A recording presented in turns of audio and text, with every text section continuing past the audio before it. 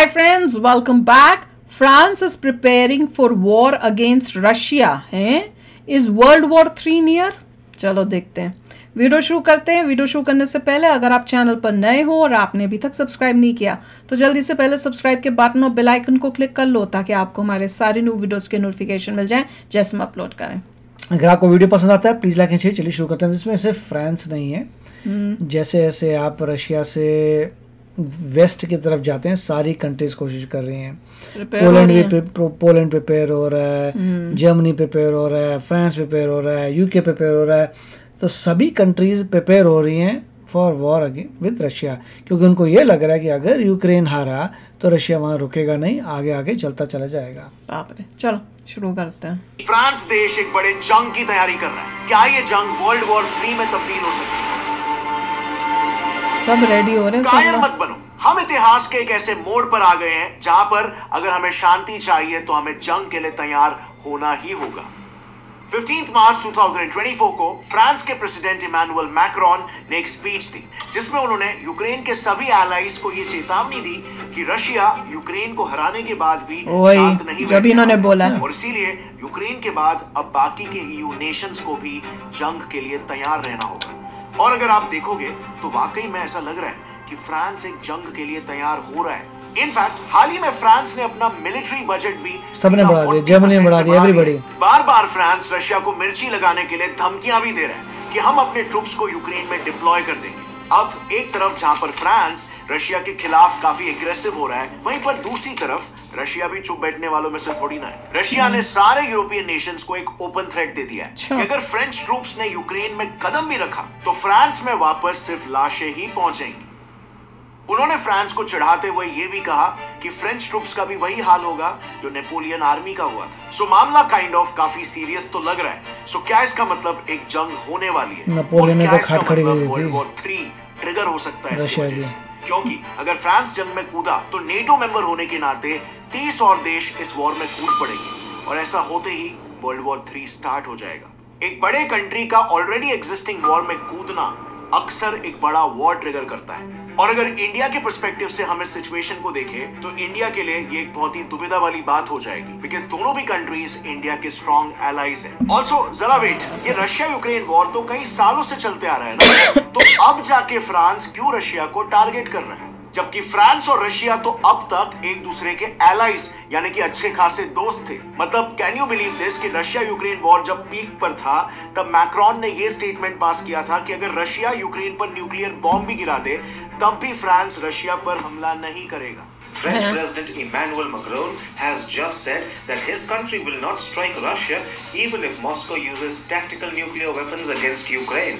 In fact Macron ने खुद Russia जाकर पुतिन से बात करके जंग तक रोकने की कोशिश की थी एंड ओवरऑल भी इन दोनों देश के रिश्ते काफी अच्छे हैं। So my question obviously is, अचानक से ऐसा क्या हुआ कि फ्रांस एकदम से रशिया के साथ एक जंग छेड़ना चाहता है? कैसे इन दोनों ही देशों के रिश्तों में ये खटास आ पड़ी? Well the fact of the matter is, इस झगड़े का रशिया यूक्रेन वॉर से कोई भी लेना देना नहीं है। फ्रांस और रशिया के बीच ये जंग तो फ्रांस से हजारों किलोमीटर दूर अफ्रीका के लिए हो रही है, क्योंकि ये दोनों भी देश अफ्रीका को अपनी कॉलोनी बनाना चाहते हैं। Now I know this will come out as a shock for many, but yes ये एक सच बात है। फ्रांस ऑलरेडी था कॉलोनी।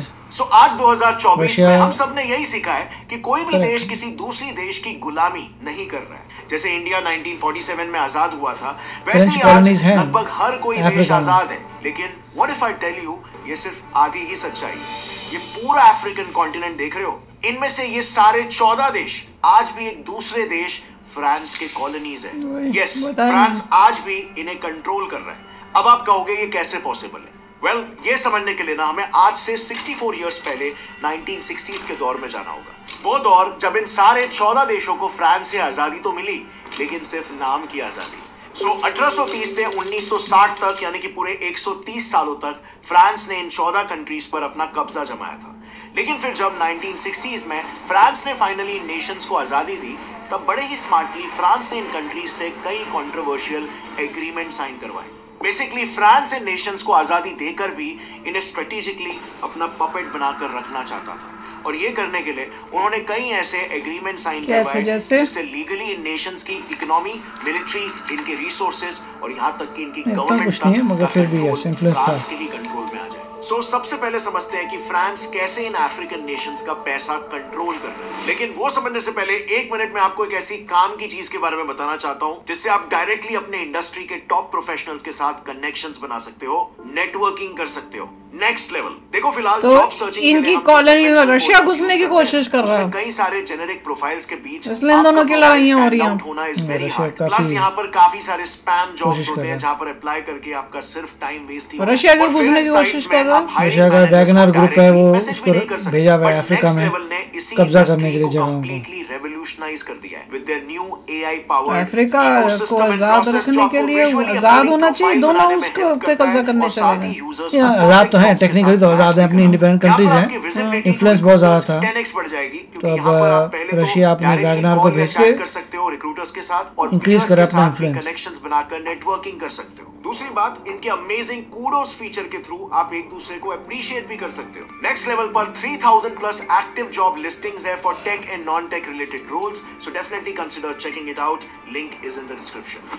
आप बिलीव नहीं करोगे लेकिन आज तक 2024 तक हालत कुछ ऐसी है कि इन देशों में CFA फ्रैंक करेंसी चलती है, क्योंकि 1960 से ही फ्रांस ने इन देशों पर लागू की हुई है और आज भी ये करेंसी फ्रांस कंट्रोल्ड बैंक से ही सप्लाई होती है। मतलब जरा सोचो कैसा होता अगर ब्रिटिशर्स के जाने के बाद भी आज इंडिया में यूके कंट्रोल्ड इंडियन पाउंड्स की प्रिंटिंग चालू। आजादी क्या हुई? जैसे इंडिया अपना पैसा रिजर्व बैंक ऑफ इंडिया में स्टोर करती है, उसी तरह सारे अफ्रीकन देश अपने रिजर्व्स को कैमरून में मौजूद सेंट्रल अफ्रीकन स्टेट बैंक में स्टोर करते हैं, जिसका पूरा का पूरा कंट्रोल फ्रांस के हाथों में है। यानी कि करेंसी की प्रिंटिंग और इनफैक्ट इनकी करेंसी की फेस वैल्यू तक फ्रांस ही डिसाइड करता है।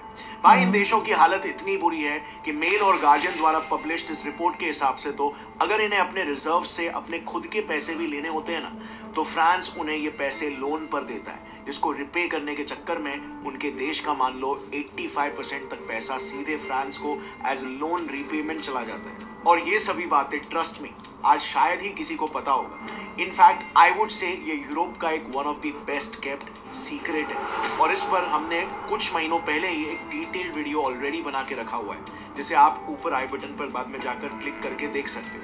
अब नेक्स्ट बात करते हैं इनकी मिलिट्री के बारे में।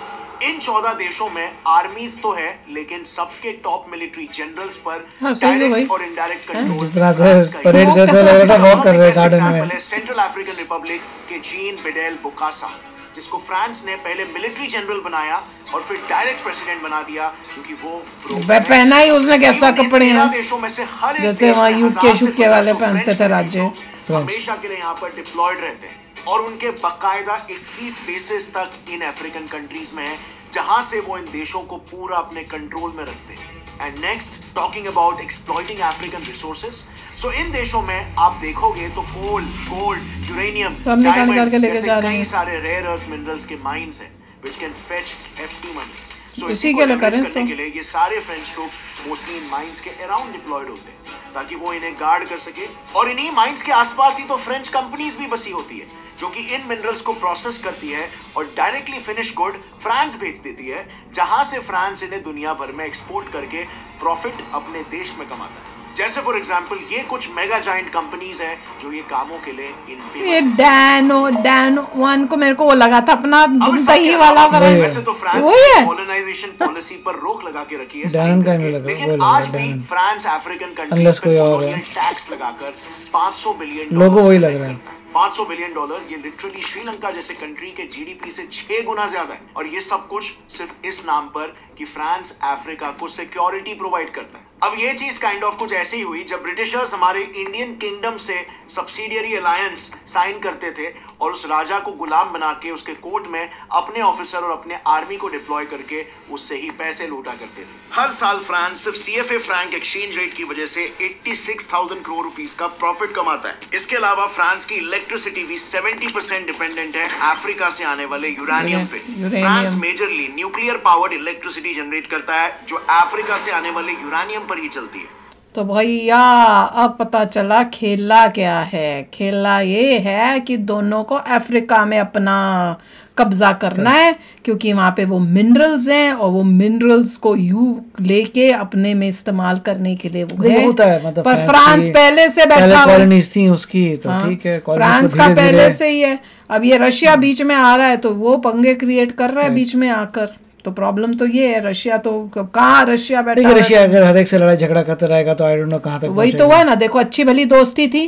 कहाँ फ्रांस ने पहले कहा था कि अगर वो रशिया जो है इस पे यूक्रेन के ऊपर अगर न्यूक्लियर भी कर दे तो भी हम कुछ नहीं करेंगे, और कहाँ वो अब रेडी हो रहा है वॉर के लिए। उनके साथ तो सबको दुश्मन तो बना दिया रशिया ने कोशिश कर रहा था कि यूक्रेन जो है नेटो में ना ज्वाइन करे, उसके बाद 2 और कंट्रीज ने ज्वाइन कर लिया, उसके कर लिया फिनलैंड और स्वीडन दोनों वो भी चले गए नेटो में। हाँ, तो वही तो मतलब उसको इतना लॉस हो रहा है, तुम रोक रहे थे एक को, वहाँ पे दो चली भी गई है, हो गया साइन सुन सब हो गया।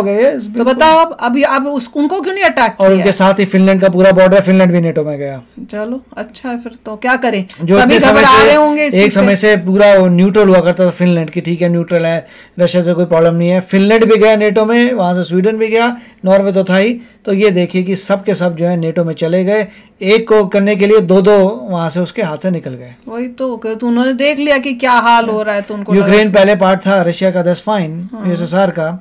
और मगर फिनलैंड और स्वीडन तो काफ़ी पावरफुल है, उनसे तो भिड़ेगा नहीं वो, उनसे भिड़ेगा तो और पंगे पड़ जाएंगे। तो मतलब मेरे को लगता है कि पुतिन ने एक दिन सोचा कि मेरे को लाइफ में कुछ कबाड़ा करना है, अटैक करके अब कबाड़ा वहां से शुरू हो गया सारा। पता नहीं, अच्छा भला सब चल रहा था। यूक्रेन अगर नेटो में चला भी जाए तो ठीक है यार, उससे तुमको क्या फर्क पड़ना है, कोई तुम्हें अटैक थोड़ी कोई कर रहा है। अगर वो अटैक करता और तुम उसके ऊपर अटैक करते तो फिर होता कि भाई हाँ ठीक है। वही हमने जैसे कहा था कि अगर मान लीजिए श्रीलंका चले आता है गोदी में चाइना की, तो आप क्या करेंगे? नेपाल चले जाता क्या करेंगे? बांग्लादेश चले जाता क्या करेंगे? कर देंगे। पाकिस्तान जा चुका क्या करेंगे? मालदीव जाता क्या करेंगे? आप अटैक करते बनेंगे हर एक को?